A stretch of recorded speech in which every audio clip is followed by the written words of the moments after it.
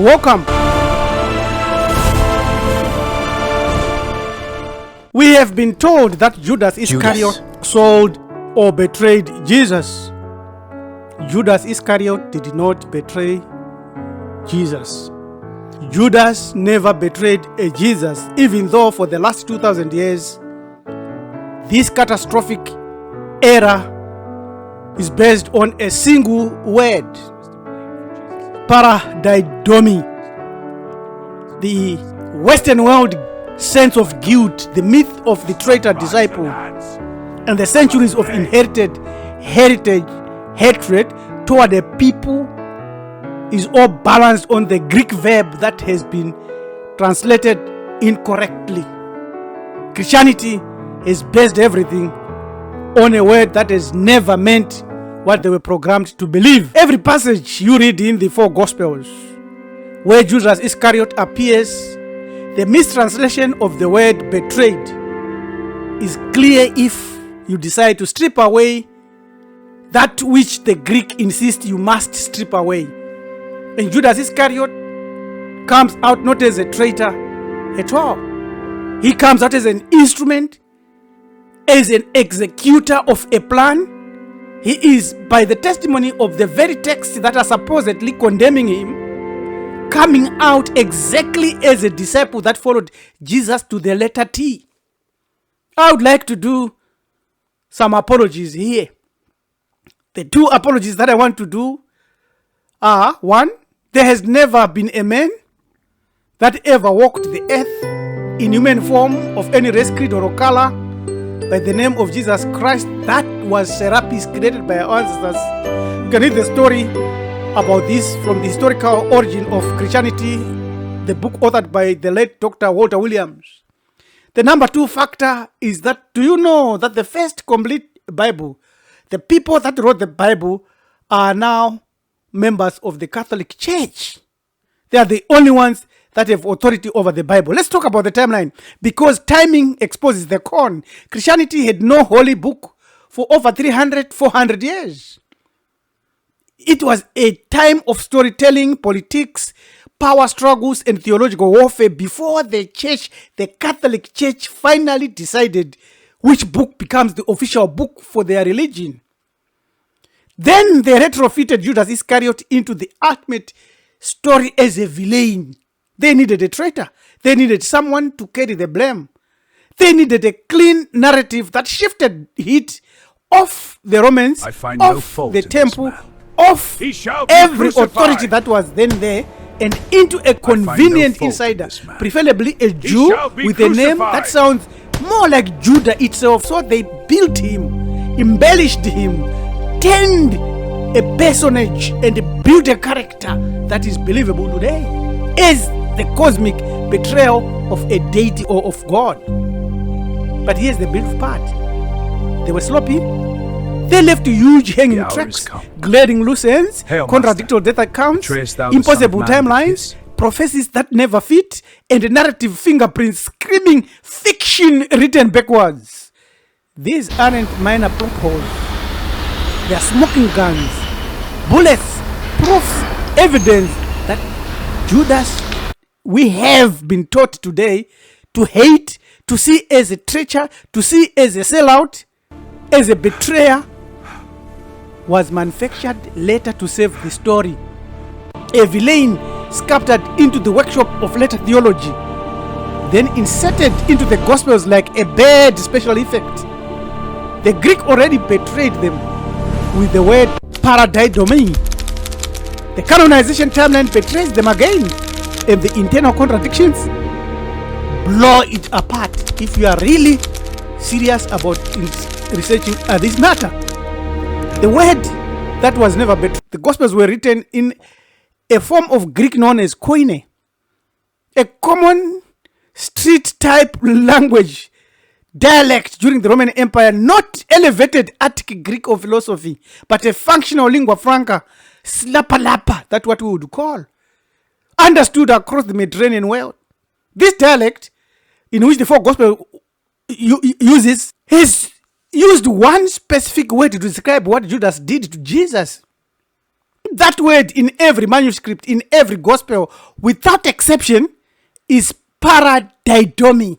And this word Paradidomi, para means alongside, over, or to. Didomi means to give. The core meaning is to give over, to hand over, to deliver into the hands of another. No connotation here about treachery, no implication of deception. But the Greek language has a word, a perfect good word for betrayal. It's Prodidomi. From the word pro, before, in front of, in advance, and didomi carries exactly the sense of premeditated treachery, of turning someone into, of sellout, of acting against trust. This proves that Judas never betrayed Jesus for 2,000 years. One mistranslation, and upon that mistranslation, a man's name became synonymous with the worst thing a human being can do to another. The name Judas, which was in the 1st century an honorable name, the name of the patriarch of Judah, one of the 12 tribes, was turned into a slur still used today. All of it from one word that was never translated correctly. Yet, even if we grant the mistranslation as its worst reading, even if we allow for argument's sake that Judas was the handing over, that was betrayal, Jesus' own words in the story are not ambiguous. They are very clear. Jesus never said Judas Iscariot was selling him out. At the Last Supper, Jesus gives an instruction to Judas with the words that anyone who is honest in his research or her research will never explain them away. Jesus said to Judas, do quickly what you are supposed to do. Jesus gave an order. This proves that Judas never betrayed Jesus, but Judas obeyed Jesus' instruction. When you look at prophecies that contradicts the verdict, for instance, if you read Matthew 19:28, it reads, truly I tell you, at the renewal of things, when the Son of Man sits on his glorious throne, you who have followed me will also sit on 12 thrones, judging the 12 tribes of Israel. 12 thrones, 12 tribes. Judas Iscariot, a member of the lion totem family of Judah, would become one of the rulers of the 12 tribes. Jesus did not say 11 of you, or those of you who do not betray me. He said, you who have followed me. And Judas had followed Jesus.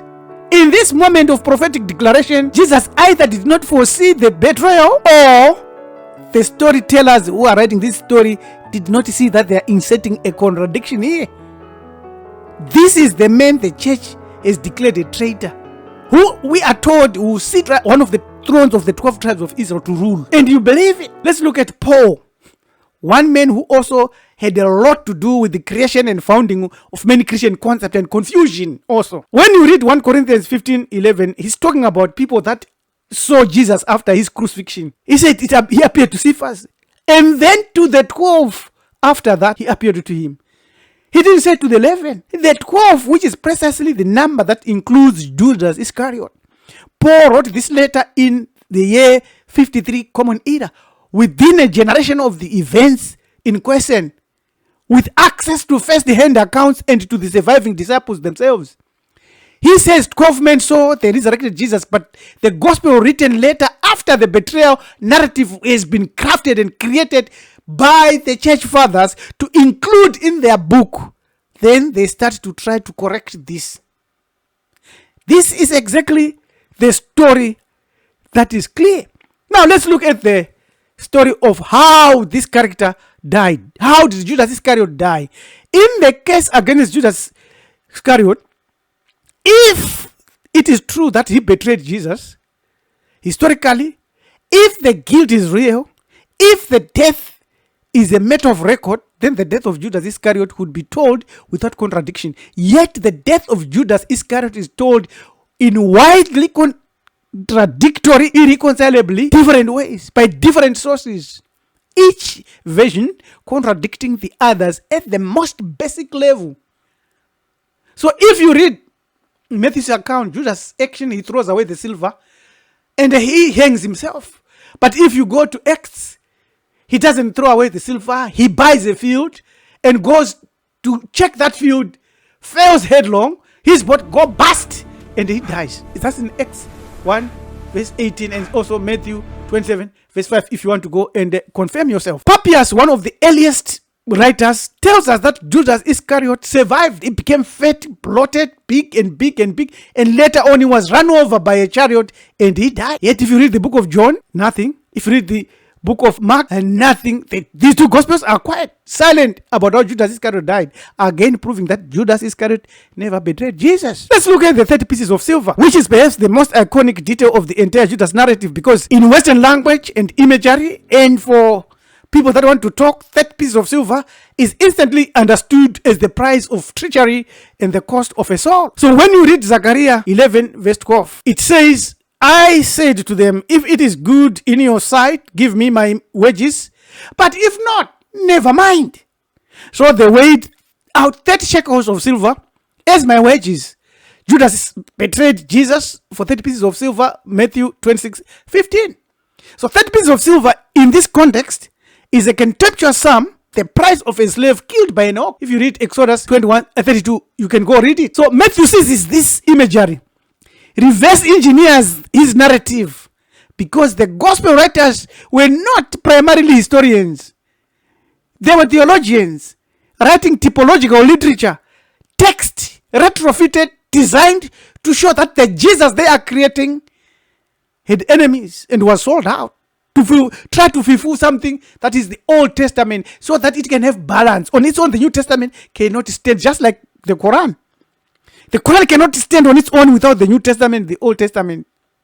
So Matthew attributes his fulfillment quotation not to Zechariah, but to Jeremiah. Read Matthew 27:9. There it is. We are giving you. He says, according to Jeremiah the prophet, and he took the 30 pieces of silver, the price of him that was valued, to whom all of the children of Israel did value.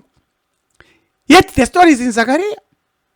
So Matthew here, the writer of this gospel here, doesn't know what he's saying, because Judas did not betray Jesus. Now, in conclusion, therefore, it bears one final noting. The word Paradidomi appears in the Gospel of John in a passage of piercing irony that the tradition has never adequately confronted or removed or tried to correct. On the cross, as Jesus dies, the text records that he bowed his head and a Paradidomi. In other words, he gave up his spirit. The same word used of Judas. The same act of delivery. One man handed Jesus to the soldiers. One man handed his spirit to his God. The Greek uses the same verb for both. The writers in their bones knew that this was a fictitious story they were creating. That 2,000 years of translation, emphasis, refused to honor the truth here. Because in truth, there has never been a man of any race, creed, or color that has ever walked the earth known by the name Jesus Christ. Only Serapis created by our ancestors. Therefore, the Judas betrayal is a Catholic creation, because the Bible is a Catholic book. The entire New Testament was written and compiled by Catholics. The whole book, all your beliefs, if you're a Christian, are Catholic beliefs. Without Catholics, you have no Bible. There's only the Tanakh. If you are a melanin dominant human being, you may need to ask a very important question. Which is the oldest religion on earth? Then they give you, if you go and search everywhere, the top 10 oldest religion, and Hinduism and Zoroastrianism and Judaism and all Buddhism come tops. There is no African religion. There is no Hamitic religion. Yet you are told that the oldest people on earth, scientifically, archaeologically, are melanin dominant human beings. There is more to this. If you are interested in such matters, I highly encourage you to chat with us for literature, for courses and consultation. The oldest religion today, the records that we have, is a 70,000-year-old spirituality or religion, because religion is a career of spirituality, supposedly. It's found in Southern Africa and Botswana, written on stone. It's there 70,000 years ago versus your 4,000 years or 6,000 years, if I am to be justified there. So, if you're interested in these matters, please do not hesitate. Our tips is here for all truth in plain sight for all of us. Send us an email. If you are showing here, I'm your manager to people by LM to Mrs. member of Marfado Family Network, saying, yes, we've got the oldest spirituality. Let's do it. It is the one that built all these civilizations that we know in ancient times, that the new rich civilizations built on. Thank you. Have a great day.